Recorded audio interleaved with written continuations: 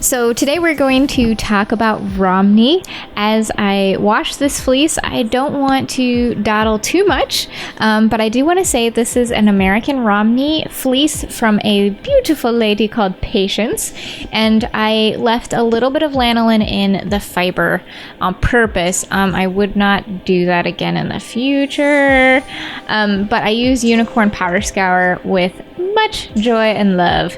So without further ado, let's talk about the Romney. So Romney originated in the marshy area of Kent, England. They needed a sheep that was super hardy.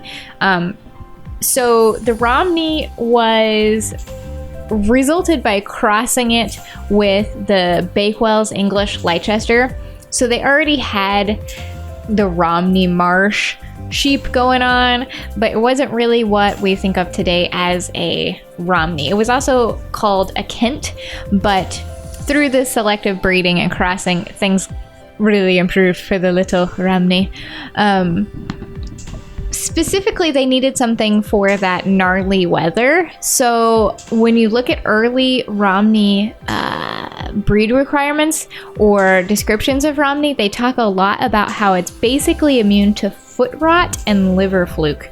So that, in addition to its higher clean yield and just general hardy beefy sheepiness, made it super popular right away.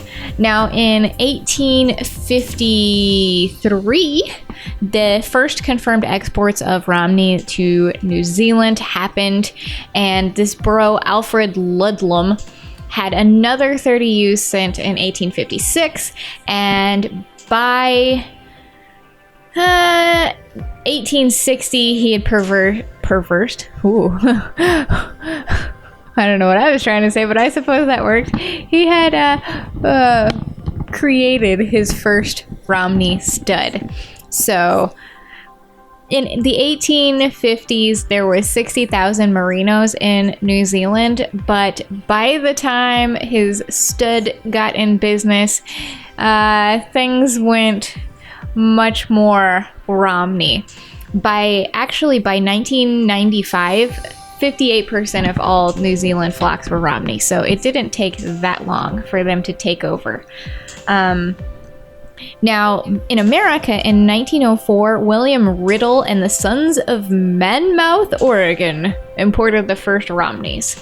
By 1912, they had the Romneys Breeder Association, and that was established by this bro, Joe Wing, and he was like world-renowned, excellent sheep expert. He worked with all kinds of government organizations, and he was just excellent. And because of his great PR and notability, the Romney got a lot of good exposure, and lots of people in North America picked it up.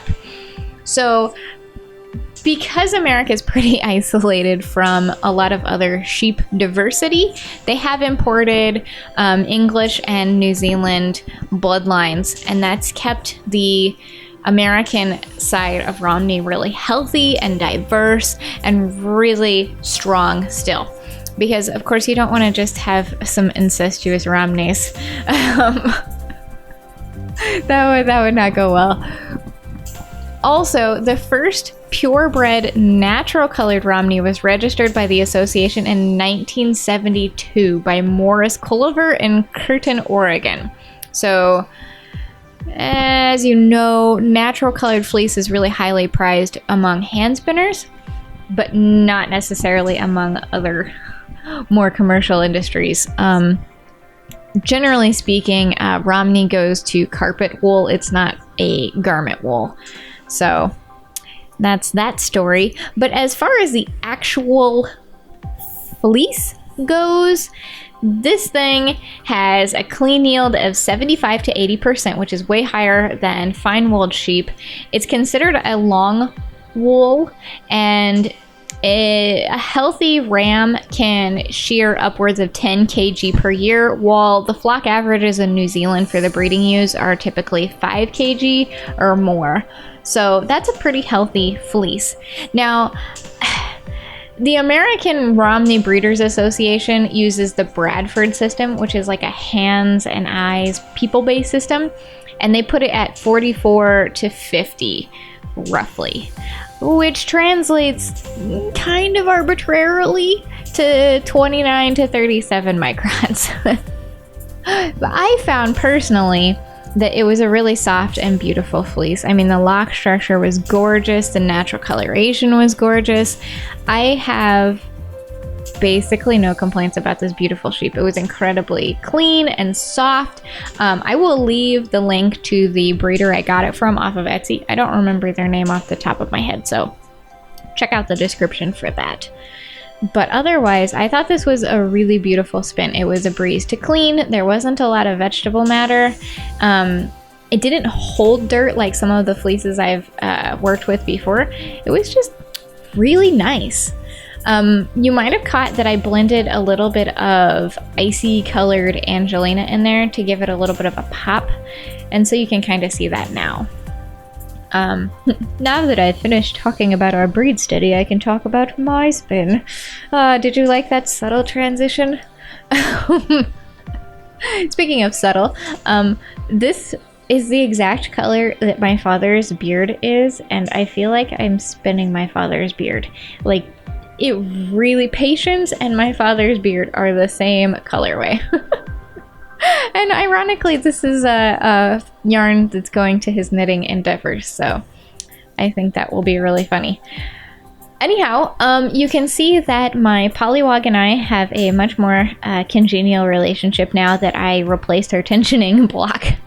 I have figured her out, and she is rocking and rolling with me, and I was able to get a really thin single off of this, thinner than anything I've ever been able to spin comfortably in my entire spinning career. But usually I work with larger, more art yarn style wheels, so that's, yeah, the wheel really does matter in this situation. Also, I wanted to point out, a lot of you often think that I am the queen of the center pull balls, or the excellent filming quality. My helpers really all up in my business. But because I left a little bit of lanolin in there, the center pole ball was a pain in my patootie and really caused me trouble. I cut out most of that drama, but it was obnoxious. I don't recommend that. If you're gonna do a center pole ball and leave a little bit of lanolin, just don't. So anyhow, that was my spin, and I hope you enjoyed it. The music version is already up on Patreon, and as per usual, thank you so much for supporting the show and my family. And if you have any suggestions or questions for future episodes or about this episode, hit them in the comment section down below. I really love you guys, and I'll see you next time.